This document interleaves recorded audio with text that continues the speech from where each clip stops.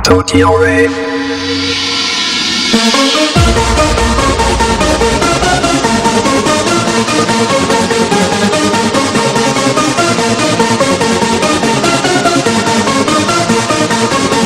I ain't no another night, another dream that always you. Is that your vision of love that seems to be true? Another night, another dream that always you.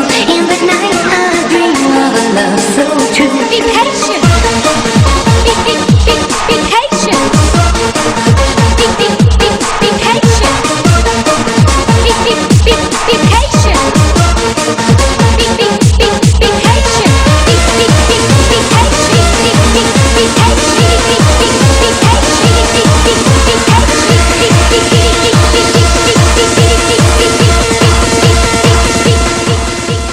Hi there.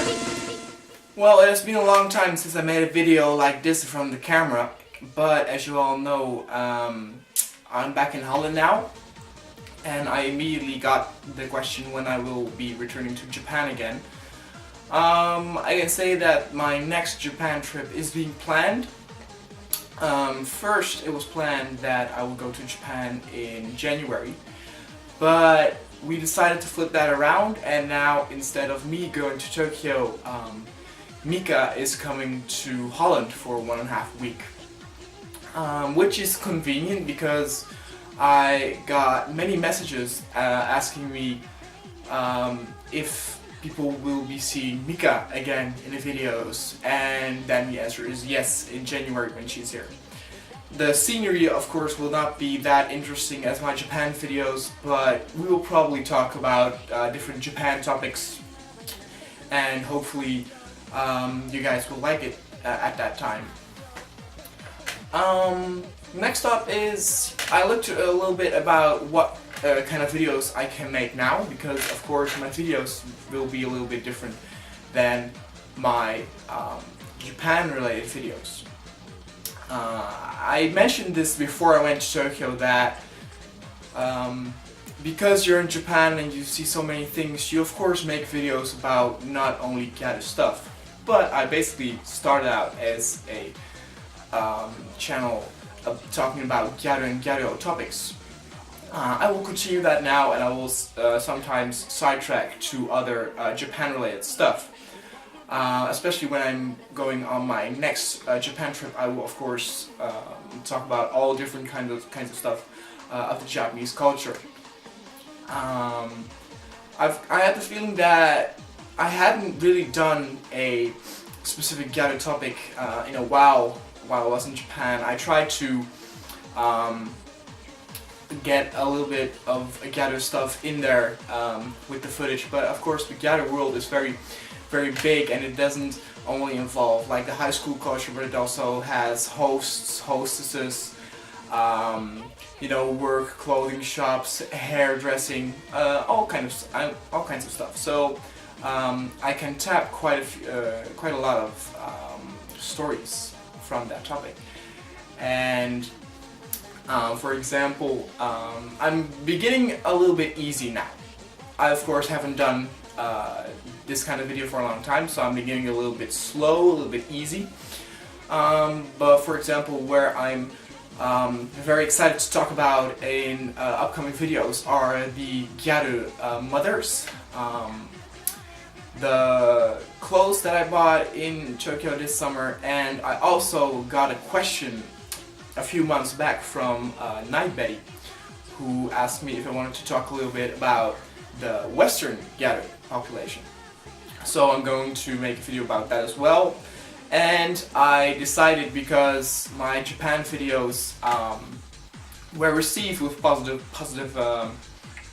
comments, that I will probably post a few videos of my earlier Tokyo journeys, like last year or the year before that.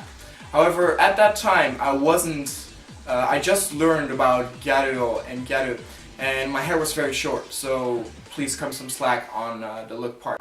So that's about the topics on which I'm going to make videos in the future. And I decided, even though this is, you know, a small startup video again for me to work out the kinks, I still wanted to have a Gyaru subject in it. So I'm going to talk today about something small, and that is the Gyaru fan service magazines. Now, I stumbled upon this magazine last summer in Tokyo, and it was the first of the kind that I've seen. And what it is, it's basically a magazine that wholly revolves around Kanako and Romihi. So it basically is a fan service issue on Romihi and Kanako. And the thing is, because this is the first I've seen, I don't know if it has done before, with other models, if there are others like this. If you happen to have seen or have one of those fan service magazines, please let me know, because then I can get a larger idea of that. This is a certain aspect of egg in which they give something more to the fans than just in their regular egg magazines. It's basically called Egg 120%, and it will have the basic things that you will expect from a fan service feature. It will have the history of Kanako and Romihi, how they got with egg. They have beautiful pictures of the covers that they both were on. They have in-depth interviews with them. They have pictures of their house, their living circumstances, questions and answers. They even have fan art, fan letters. And the thing is that the photography in this magazine is actually far more beautiful than the photography in the regular egg. For example, this picture is taken when they are visiting Guam on vacation, and it's absolutely gorgeous. And the magazine isn't expensive. It's actually about the price of a regular egg, so that's very convenient. And I would definitely recommend this, picking it up if you are a fan of, let's say, Kanako or Romihi. And the thing is, I was thinking about, isn't this just a cheap way of making more money with the fans? And when it comes down to it, it is, of course, because it doesn't seem very expensive, but you will happen to buy another magazine next to the regular egg, and this is just for the diehard fans. But I thought about it, and as evil or conspicuous as that sounds to make only money, it's actually not that bad, because they give the fan the option to buy it or not based on what model they like. Because many of you know that Kanako is one of my favorite Gyaru models, so when I saw this, I had to have it. And if they would have a featurette with Yumachi, I would also buy it. But with other models, I might be thinking, let's skip this one. And I think that is a reasonable approach. It's not like a